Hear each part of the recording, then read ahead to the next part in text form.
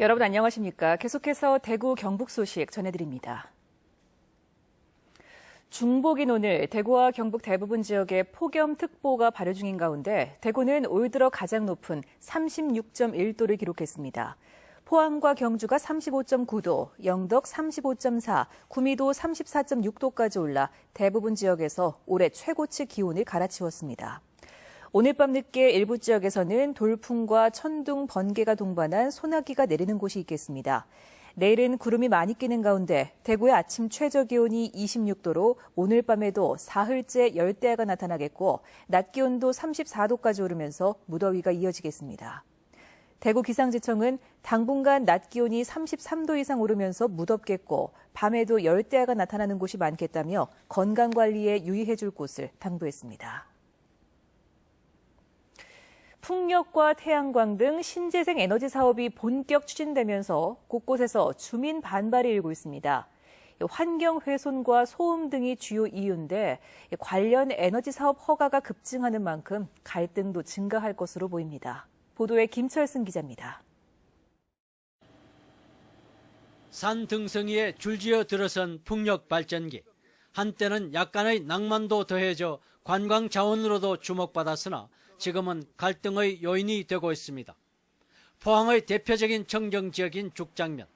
SKD&D가 3메가와트짜리 24기의 풍력 발전기 건설을 추진하자 주민들은 대책위원회를 구성해 서명운동에 들어갔습니다. 대책위원회는 다른 지역 견학결과 생태계 파괴와 소음, 야간 빛 공해 등이 심각했다며 풍력발전 백지화와 청정지역 지키기 조례 제정을 추진하기로 했습니다. 소음이 너무 심했습니다. 그리고 밤에는 불빛이 번쩍거려가지고 잠을 잘 수 없을 정도로 참 환경이 취약했습니다. 그런 곳을 보고 우리가 풍력을 찬성할 수가 없습니다. 경주에서도 풍력 발전기 설치를 두고 주민들의 반발을 사고 있습니다. 강동면 주민들은 인근에 2.3메가와트짜리 3기의 풍력 발전기가 설치되면 소음 등으로 피해를 입게 된다며 현수막을 걸고 풍력 발전 반대에 나섰습니다. 아니 저주파가 생긴다든가 흉물스럽다든가 좋다 그런 게 사람 찬성이 안 하잖아요. 태양광도 예외는 아닙니다. 청정지역 18,000제곱미터의 나무들이 송두리째 사라지고 민둥산이 드러났습니다.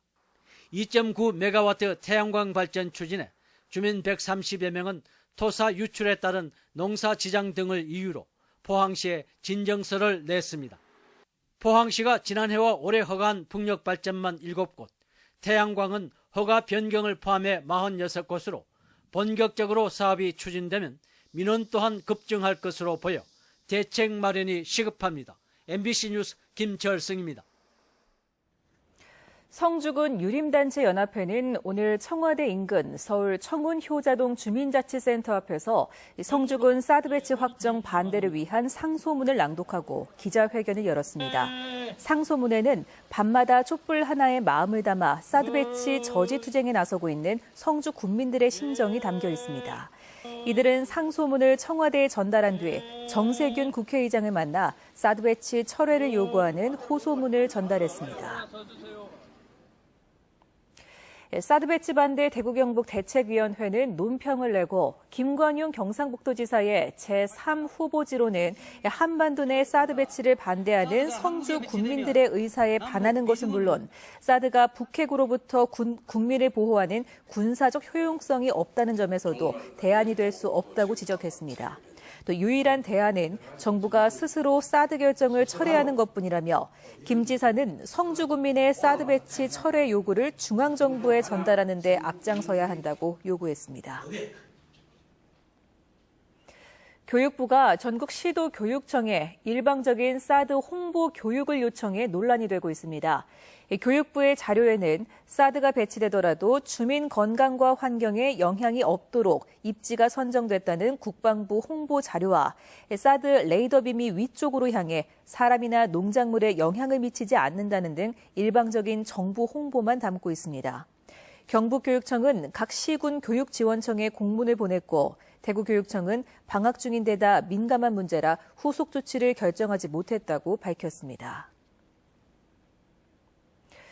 오늘 김문수 전 경기도지사와 친박계 홍문종 의원이 당대표 경선 불출마 방침을 밝혀 새누리당 당권 경쟁은 친박계의 이정현, 비박계인 주호영, 정병국, 김용태, 중립 성향의 이주영, 한선교 등 6명으로 압축되고 있습니다.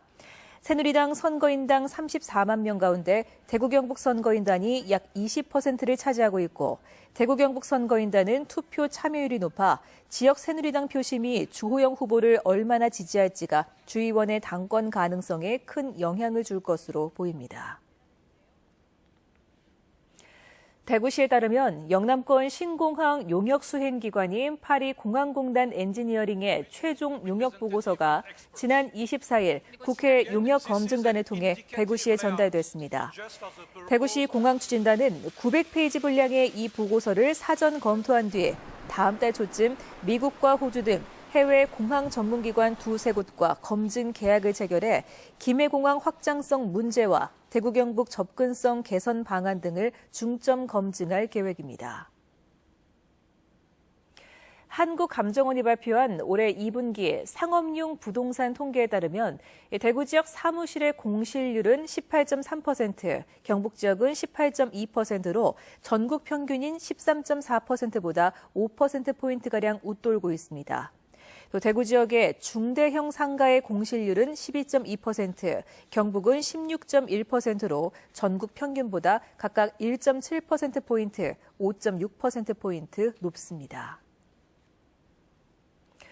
대구지방경찰청은 지난 2013년부터 말레이시아에 사무실을 두고 국내 피해자 14명에게 금융기관 직원이라고 전화를 건 뒤 보증금을 내면 대출받게 해주겠다고 속여 2억여 원을 가로챈 혐의로 해외 보이스피싱 조직원 13명을 검거해 12명을 구속했습니다.